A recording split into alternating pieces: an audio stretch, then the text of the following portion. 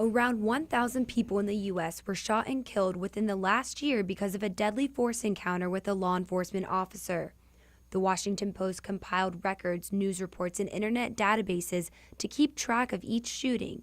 About 70 of these officer-involved shootings happened in Florida. You'll never meet an officer that's going to get up and say, I want to go shoot somebody today, I want to go kill somebody today. That's not in our nature. We have the capability of using said force, we have the capability of using deadly force. We are trained to use deadly force when it's necessary. Law enforcement officers undergo a variety of crime prevention, crisis intervention, and simulation training so they are prepared for anything that might happen in the field. But there's no typical situation that leads to a deadly force encounter. A lot of things happen so quickly that we only have split seconds to make those choices. A lot of times the concern comes in is that if I'm not making the right choice, what are the consequences for those actions? Whether it be bad for someone else, bad for me, or bad for both of us.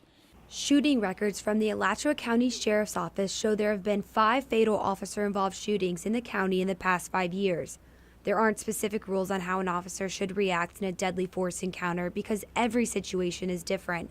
But the Sheriff's Office takes extra safety measures even during routine traffic stops. When an Alachua County Sheriff's deputy pulls someone over, they will ask them to step out of the car instead of approaching them, which allows them to see their hands and that they aren't carrying a weapon, and it also allows the camera on the front of their car to get the entire interaction on videotape. In hopes of preventing officer-involved shootings in other parts of the country from negatively impacting their community, the Gainesville Police Department and the Alachua County Sheriff's Office are participating in a youth dialogue program. The program is designed to break down barriers and give kids an opportunity to talk about how cops make them feel, but also help them understand what it's like being a cop. I said what I really meant about the cops, and they didn't feel anyway. Young people have ever had a positive interaction with cops? Okay.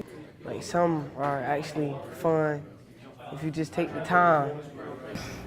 They are trying to change young people's perception of police officers or sheriffs or deputies, law enforcement period, so they can have a different kind of exchange, save some lives, change some minds. That's how I see it. Local law enforcement officers hope better communication and understanding between officers and community members will build trust and create a safer environment for everyone.